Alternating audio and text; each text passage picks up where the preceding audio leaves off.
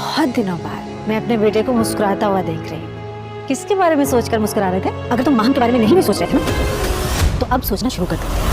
आपको परेशान लग रहे हैं। क्या प्रॉब्लम क्या तुम्हारी? क्यों हर वक्त मेरे आगे पीछे घूमती फिरती रहती हो? Please leave me alone. मुझे ये बताओ कि तुमने क्या सोचा है फिर? किस बारे में? माहम के बारे में। अजमेर, मुझे तुम्हारा जवाब सुनना है। तुम शादी करोगे ना? बहुत दिनों बाद मैं अपने बेटे को मुस्कुराता हुआ देख रही हूँ। किसके बारे में सोचकर मुस्कुरा रहे थे? अगर तुम माहम के बारे में नहीं भी सोच रहे थे ना, तो अब सोचना शुरू कर दो। आप कुछ परेशान लग रहे हैं। क्या प्रॉब्लम क्या है तुम्हारी? क्यों हर वक्त मेरे आगे पीछे घूमती फिरती रहती हो? Please leave me alone. मुझे ये बताओ कि तुमने क्या सोचा है फिर? किस बारे में? माहम के बारे में। अजमेर, मुझे तुम्हारा जवाब सुनना है। तुम शादी करोगे ना? ये नशीन बेगम हर ड्रामे में ही इतनी चालाक दिखाई जाती है कि चालाकियां तो खत्म हैं इस पर। अब यहाँ पर उसने तो हमें आयशा को नींद की दवाई कॉफी में मिलाकर पिलाती ताकि बेचारी सो जाए, और जब अजमेर रात के वक्त ऑफिस से वापस आए तो माहम ही उसको खाना दे, जैसे कि माहम ही उसकी बीवी हो।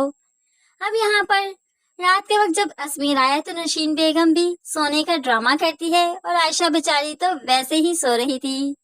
तो ऐसे में माहम ने खाना दिया, बल्कि बहुत अच्छा उसके साथ टाइम पास भी किया। माहम को भी तो क्या चाहिए, अजमेर का साथ मिल गया। पढ़ाई जाए पहाड़ में।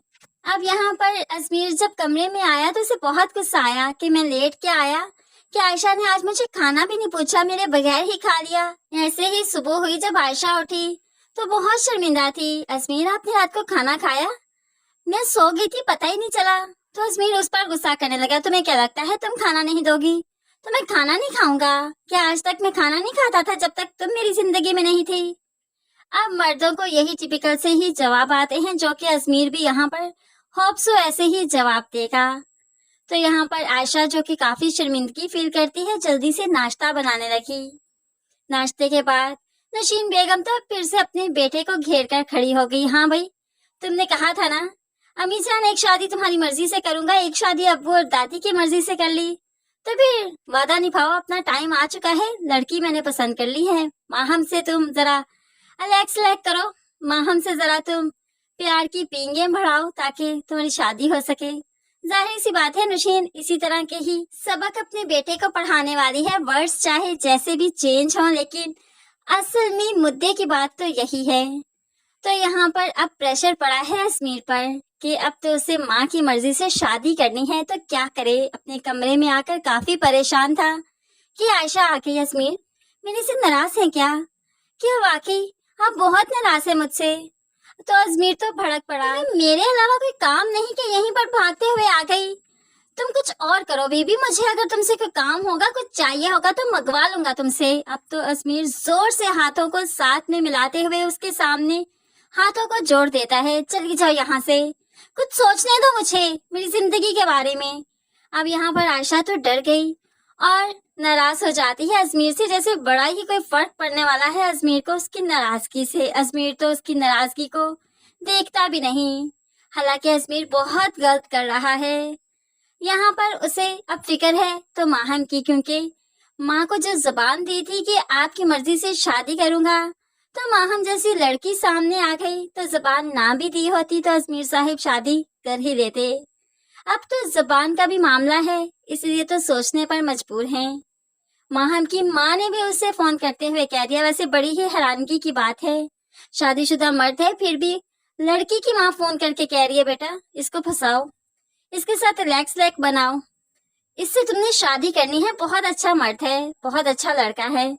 अब यहाँ पर माँ ये नहीं सोच रही कि उसकी पहली भी बीवी है, लेकिन लोग अगर ये चीजें सोच लें तो उनमें खौफे खुदा आ जाए तो क्या ही बात है, जिंदगियां आसान ना हो जाएं। लेकिन यहाँ पर तो एक माँ खुद बेटी को मशवरा दे रही है कि अपने प्यार की पींगे आगे बढ़ाओ। अस्तगफिरुल्लाह, कैसा जमाना आ गया है, क्या ये क्यामत की निशानियां नहीं?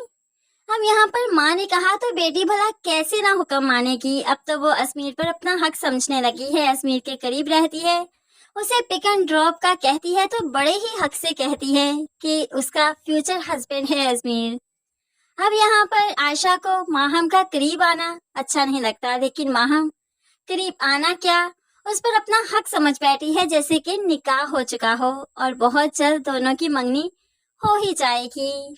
तब आयशा के लिए बड़ी आजमाइश है। बेशक आयशा इस आजमाइश पर भी पूरी उतरेगी। अपने रब की रजा के लिए वो सब्र करेगी और फिर सब्र का फल बहुत अच्छा मिला करता है।